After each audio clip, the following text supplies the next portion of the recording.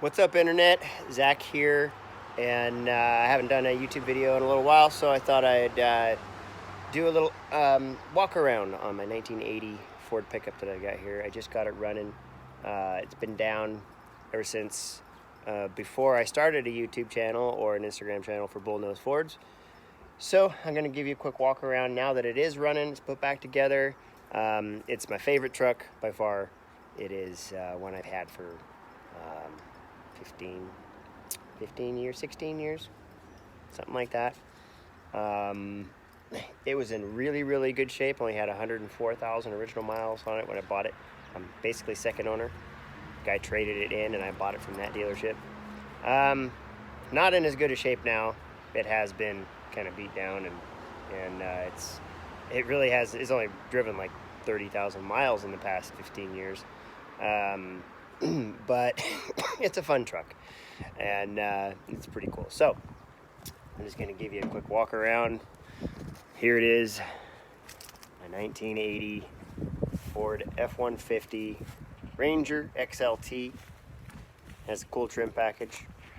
Here it is, the 80 and 81 only letters, 4 letters on the hood. It also, if you'll notice, has an 86 grille, which I think it looks better. I like the style of that. I know it's redundant, Ford, but I do have an original 80 grille in my garage. If I wanted to go back to original, I could, but I just like this look. I got the push bar that I did add to it. Didn't come with it. And got 33-inch tires that are almost 15 years old. I put those on in 2004. They are really weather checked, really bald, but they still get the job done. Still hold air. I got a little rust here and there. Little Bondo, got some water underneath it and it's rusting and cracking out. I do have another fender for both sides sitting over there in the weeds. I got the typical cab corner rust down here. Everything else pretty straightforward. I got the cool bezel in the back. I lost one of the I think it was the F on a gravel road a long time ago, and I took the rest of them off so I wouldn't lose them. And lo and behold, I think I lost them. I don't know where they are, but I do have another set on a parts truck. I got this crease backing into some bushes a long time ago, and there was a branch in there, and it creased all the way down the side. Broke my heart. It was the first real damage I did to the thing. A friend of mine was backing a trailer up, and he hit a post, and I crinkled this fender, but I do have a new one of those. I just don't want it to not match right now. And we'll go around since I got to pop the hood. We'll look inside.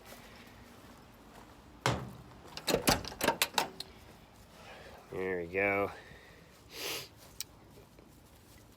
Got the period correct wood grain dash. That hole was already there, so I put a temperature gauge in it.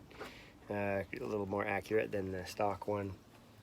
It is not a factory 4-speed. I put that in there because when I changed the motor, I'll show you the motor here in a second, I didn't have an automatic to fit it, so I put a 4-speed in it. Fun fact, that's the original 4-speed out of the truck my dad bought, brand new in 1980, that my brother still has. So it was the first transmission that I ever shifted when I was about 5 years old. Ended up in my truck, so that's pretty cool. So the engine is an 84 460.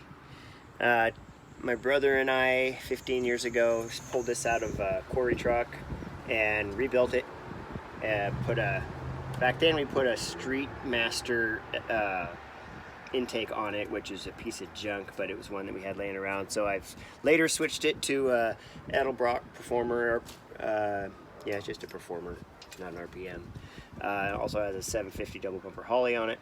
A pre-71 timing kit to give it a little better compression and get a little bit more power, a little better valve timing. Other than that, everything else is pretty much just stock. There's no emissions or anything on it because I'm in Oregon. I don't have to worry about that. But yeah, it really runs good. I'd blown the head gaskets in it last year, so I had it tore apart for like 6 months. Finally just got it together. It's been holding water, hasn't been overheating, so I think I fixed that. I think it's just some corrosion around the water jackets that I really roughed up when I put it back in, so it's holding okay. Yeah, it's really nothing special. It's just got a lot of power, a lot of torque. You know, it could have more. Obviously, I could bore it over. I could put better heads on it. It's got emissions heads. I'm still on the lookout for a set of dove heads.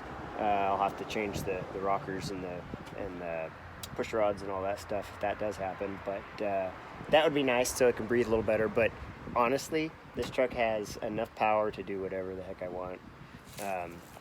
It doesn't really, if I got some good tires on it, it really wouldn't get stuck much.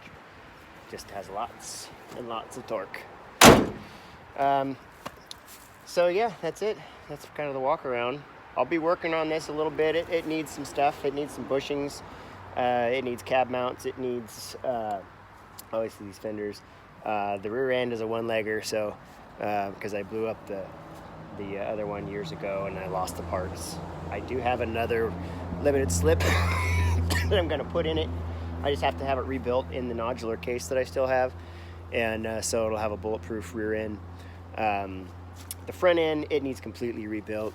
It when you're going through the mud, it kind of shakes back and forth because it's got so much slop in the axles in the front. So I just got to take all that apart, rebuild it, clean it up, put it back together, and that'll be solid again. Other than that, it's mainly just cosmetics. I just blew a hole in the muffler, so it doesn't sound nearly as good now, or else I would start it for you and let you know. When I get ready to fix the muffler, then I'll shoot a video and give you a before and after. But I was driving this thing the other day, and it sounded like an old International truck. It was pretty bad, so we'll save that for another video. But anyways, that's what I got. That's my 1980 Ford F-150 Ranger XLT with the big block. We'll see you guys later.